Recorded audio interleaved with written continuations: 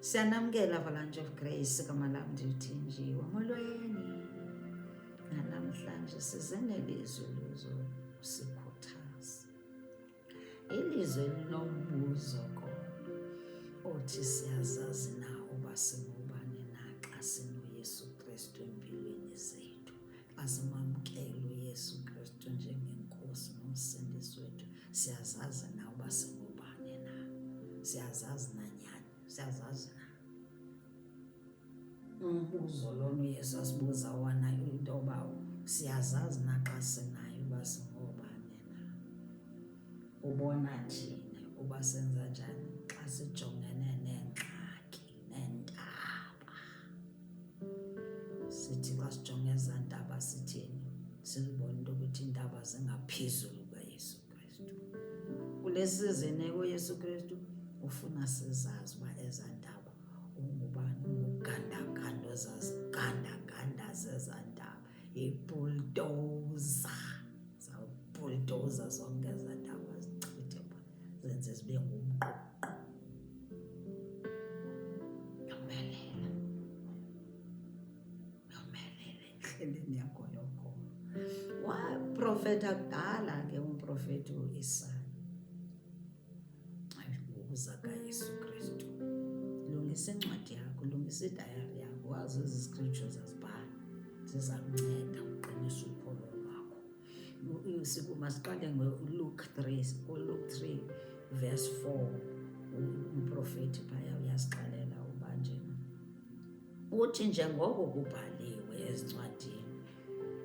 encwadini yamazwi kaIsaya umprofethi esithi, izwi lodandulukayo lizekaYohane entlango ladanduluka lathini? Lathi yilungiseni indlela enkosi, utyeneni zenu umendo wayo. 5, yonke imifula iyakudityelelwa, nazo zonke iintaba neenduli ziyakuthotywa. Zithotywa yintoni ke? Ngugandaganda. Iindlela zilungiswa ngugandaganda, ibhuldoza. Zonke iintaba neenduli ziyakuthotywa, neendawo ezigosogoso ziyakuthi tye. Zizawuba tye, zizawuthi tye, zizawulungiswa yintoni? Ugandaganda uYesu Kristu empilweni yakho. Nezibugqagala ziyakuba ziindlela ezigudileyo ezingathi zimaginxiginxi. Uzawubhuldoza, uzazibhuldoza, gandaganda uzozilungisa. Yomelela.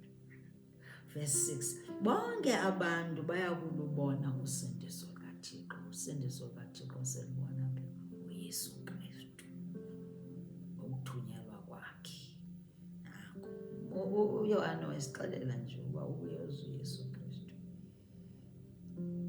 Profethi u-Isaya yena kudala waprofetha ngoYesu Kristu. Eva ndokuxelela ake singene ku-Isaya 41. Isaya 41 verse 1 verse 15. Uthi uyabona, ndikwenze isizilo esibukhali esitsha esintlangothi mbini. Uyakuzibhula iintaba uzicole, buldoza uzicole ezaa ntaba. Iinduli uzixelise umququ. Zawube nguwe noYesu Kristu. Xa ibhuldoza uzawube ifundisa wena mna nawe. Ibhuldoza ungasuki kuYesu Kristu. Uthi ezaa nduli ibhuldoza izawuzithini? Izawuzixelisa umququ, zazirhaya. Haleluya, haleluya. Verse 40, Isaiah 45. Isaiah 45 now, verse 2, bhalela kwidayari yakho. Uthi ukuthi ndiyakuhamba phambi kwakho. Haleluya. Uzahamba phambi kwakho. Igama lakho. Ndiyahamba phambi kwakho, ndilungiselelane iindawo ezimaqhubu, ndiqhekeze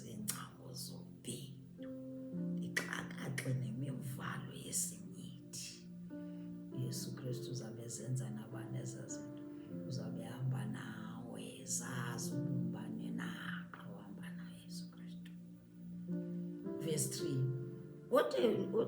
uthi ndixakaxe nemivalo yesinyithi, ndikunike ubuncwane obusemnyameni neenqwebo ezisezintsithekelweni, ukuze wazi ukuba mna Yehova ndingulo ukubize ngegama uThixo kaIsrayeli.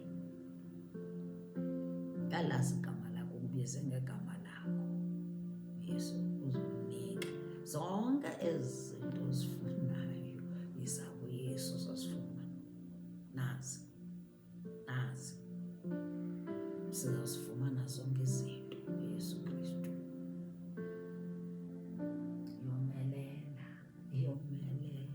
yomelela endleleni yakho yokholo. Uyazazi na, siyazazi na ngempela uba singobani naxa sinoYesu Kristu. Asikhe sibuyele kuMoses. NoMoses wayengazazi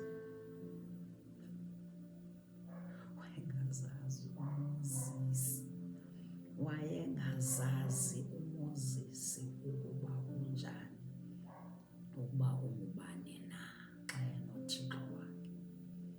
Wayengazazi, kodwa ndamthanda uThixo. Wathi uMoses xa esithi uMoses ku-Exodus 3 verse 11 esithi njena, xa wayevela phaa amaxhoba yakhaleza, wavela kaloku uMoses wayebalekile, wabaleka kwaFaro, ebalekela nto yoba wabulala laa Mgibhute, wagcina fana uYehova sajonge loo nto, sabambe loo nto, kanti uYehova umjongile nangu ebaleka ehambe yokolusa phayana imfuyo katatazala wakhe, wamjongile umaxhoba yakhaleza. Wasuka ngenye imini wavela walihlathi elivuthayo elingaphili. uMoses wamangala into yoba lutheni lihlathi elivutha lingade liyeke. Wasondela, kanti uzothetha nayo umaxhoba yakhe. Wathi uMoses, khulula imbadada ngoba lo mhlaba osondela kuwo ungcwele. Yena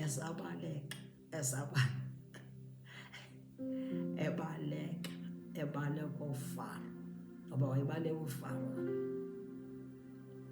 Yehova kudala wamkhusela futhi uMoses, wamkhusela eselusana, wamsindisa njengawe. Utshaba lukufuna, kodwa uYehova ekufihlile ukhusele. Wathi kubulawa abantwana phayana, kubulawa ngenxa yoba kwakufuna uYesu Kristu, kwakufuna uYesu Kristu ngayo, kodwa uYehova wamfihla yena uMoses. Uzuyofunda kakhulu, uphinde kakhulu ngoba wenze njani, wamfihla kwauba ahambe ecolwa laa mntwana yintombi kaFaro. Wayekukufihlwa kwaMoses, kwawukuthi nje ahamba ethi ayohlala kwaFaro, kwendlu kaFaro, kanti uzawugadwa ngumamakhe. Yayilicebo likaYehova, yayizii-miracles zikaYehova ezo phezu koMoses. Njengoba ke ngoxa ekhula wafunda phayana, wafumana imfundo yaseYibhithe. Kwenzeka laa mistake yokuthi makambulale. Wayesephethwe nabubuzo, wayesezibonela into yoba njani andingowaseYibhithe, wabulala laa Mgibhute, wabaleka ke ngoku. Kanti uYehova umjongile nalapho, umkokose from day one.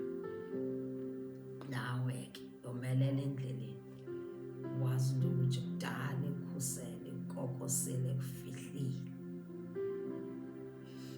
Iva ke ngoku apho uMoses angazazi khona nyani ubomi bakhe. Ku-Exodus 3 verse 11 uthi uYehova, ndiza kuthuma wena into yoba uhambe uyokhulula amaSirayeli. Yabona ukuthi umbuyisela phaya kulaa Faro. Wathi ndiza kwenza uThixo wena kuFaro. Athi ndizokwenza nje, ndiza kwenza ube uThixo wena. Lo Faro nje umoyika kangaka, ubaleka kangaka, ndiza kwenza uThixo phambi kwakhe. Wathi uMoses, ndingubani ke mna xa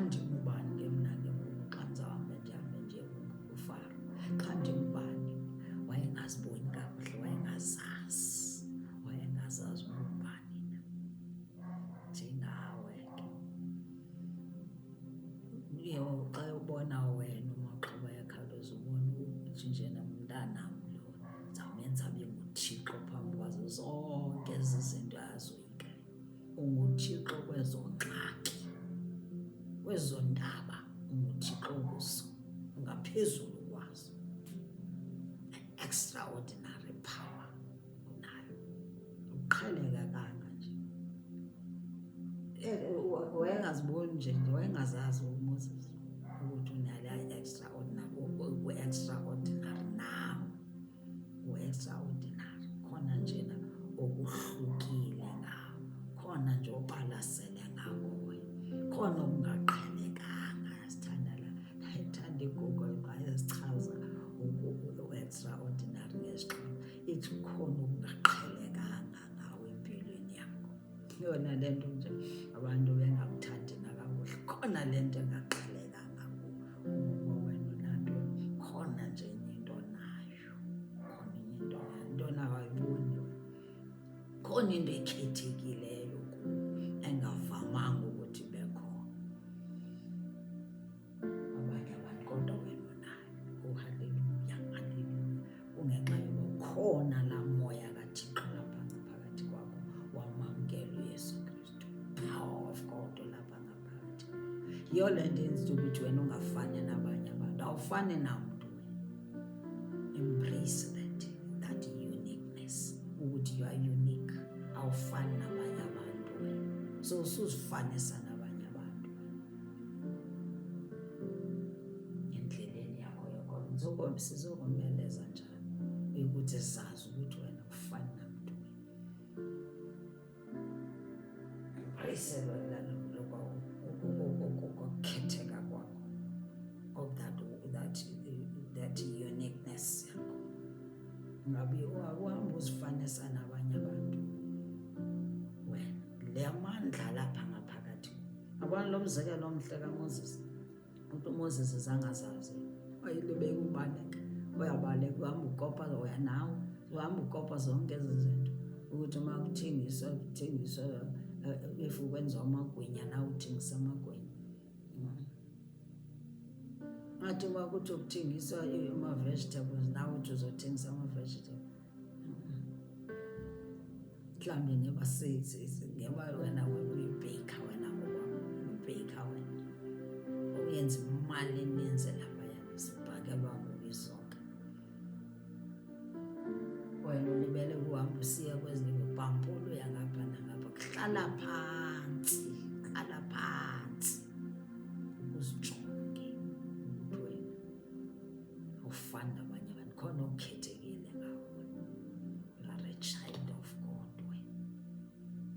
Nantoni na ke ngoku xa kukho laa moya ongaphakathi kuwo kaThixo, nantoni na ungathi awuyiboni kakuhle empilweni yakho, thandaza ubuze yena uYesu Kristu ngaphakathi umoya ongcwele, into ukuthi nje nakakundibonise kule ndlela nakule ndlela nakule ndlela, uphosisele ngapha nangapha. Uzokwenza njani? Uzobonisa indlela yakho. Yiva kuMoses, uMoses ku-Exodus 4 verse 10. Andithi phaya ku-Exodus 3 verse 11 uzibuzile into ukuthi ndingubani mna ozaya kwaFaro, ndingubani mna. Kanti uYehova ngalo lonke elo xesha uyazazi into ukuthi wena ku-Exodus 7 wathi wena ndiza kwenza ukuthi ube nguThixo phambi koFaro, tsho ku-Exodus 7. Kanti ke earlier on ku-Exodus 4 uMoses uyawanezizathu uyawave esithi ndizawuthuma wena uyokhumbula amaSrayeli. uMoses hayi, uyandazi uba ndiyakuthintitha, andikwazi uthetha nangoku, andikwazi uthetha, ndiyathintitha. Moses sisike sitsheke ake sive ngesiXhosa uba uthini nangesiXhosa xa eyebhala ku-Exodus 4. Ndithanda ukuthi ezinye izinto ke sizinike ixesha siyijonge eBhayibhileni. Ngexesha andithi nexesha siyalimosha ixesha lethu kwiNetflix, sijonge iNetflix, kodwa ngoku uSathane akafuni ukuba sikhe siphicothe iBhayibhile. ku-Exodus 4. U-Exodus 4 uthi ku-Exodus 4 verse 10 uMoses wathi uYehova kuMoses, solule isandla uyibambe ngomsilayi. Ndifuna apho athi uMoses apho athi yena akakho eloquent, akakwazi uthetha. Lapho watsho wathi yena uthi iyathintitha uthetha iyona, sizayijonga ngelinye ixesha. Wathi njena yena akakwazi uthetha, iyathintitha nangoku kangazi akakwazi uthetha. uYehova wathi wena ku-Exodus 7, nasesibele siye ku-Exodus 7, wathi kuyo ndiza kwenza uThixo phambi koFaro wena. Ku-Exodus 7 ke siqale ku-verse 10 apha amnike amandla khona. La mandla kufuneka sibowacela ukuthi nathi makasinike amandla. Akasinika amandla sikwazi ujongana neengxaki zethu, sikwazi ujongana neentaba, singabaleki or sibe ignorant. Xesha elininzi siba ignorant, sifike sibuyele emva. Wangena uMoses, andithi uFaro wathi njena, uYehova wathi njena, yazi uMoses xa uFaro esethi ndibonisene emimangalisweni, wathi njena uzuthi benze njani. Iqala ku-verse 10. Wangena uMoses no-Aaron benza njengoba uYehova bewawisela umthetho. U-Aaron wayiphosa phantsi induku yakhe, wayiphosa phantsi induku, benza njengoko uYehova wabawisela umthetho wabo. Verse 11, naye uFaro wabiza izilumko nabakhafuli, zenza njalo nezazi zaseYiphutha, ubugqi bazo namaqili nawo aphosa. Wabiza amaqili nezazi zakhona nobuqili bazo, zaphosa ezaa ndonga zabo nazo, ngoba kaloku babefuna ubona ii-miracles zikaYehova. Yasuka induku ka-Aaron yaziginya zonke zanyoka, ngoba the zaa nduku xa ziphoswa phaya zajika zaba zinyoka, nezabo ba-imitate induku ka-Aaron nabo zajika zazinyoka ngemilingo yabo yobuqhwirha. Yasuka laa nto inyoka ka-Aaron yaziginya zonke. Xa ufuna ukomeleza ukolo lwakho ubuya kwincwadi ye-Exodus sorry, uzombona lo Yehova wakho uba yena akangoYehova nje ukuhlekiswa ngayo kwi-internet, yi-Antichrist. Umkhulu, is a God of miracles. Nansi yabalukhuni elo waphosa intonga phantsi yakhe, yaba yinyoka, yasuka intonga ka-Aaron yaziginya iintonga zabo zonke. Thini wena? Wayengazazi uMoses ukuthi ubani, wayengazazi ukuthi uThixo ulibele kubaleka uFaro, kanti uThixo uzawumenza uThixo phambi koFaro. Yomelela endleleni yakho, ungabaleki iingxaki zakho, uYehova uza kwenza uThixo kuzo zonke lezi ngxaki. Uvuma ufundiswa nguYesu Kristu, vuma fundiseka, mamela xa kuthethwa nawe, masimameleni. Ilizwi eli liza kuthi sona, ungalibona liphuma apha mhlawumbi liza ngam, kanti lelikaYehova. Hayi, wena ungajongi mna, jonga ilizwi ele lakhe, uzazi ukuthi ubane na, ukuthi uThixo kwezo ngxaki. Nje uYehova kuMoses wathi ndiza kwenza ube nguThixo phambi koFaro. Azofaro nabo Herode, those Pharaoh spirit, abaHerode abogoloyatha ojongene nabo. uYehova ujongile ke, uyazazi na ubani kuzo, uyazazi na ukuthi wena uzawukwenza uThixo kuzo na. Into ekunika amandla ke uba wenze njani,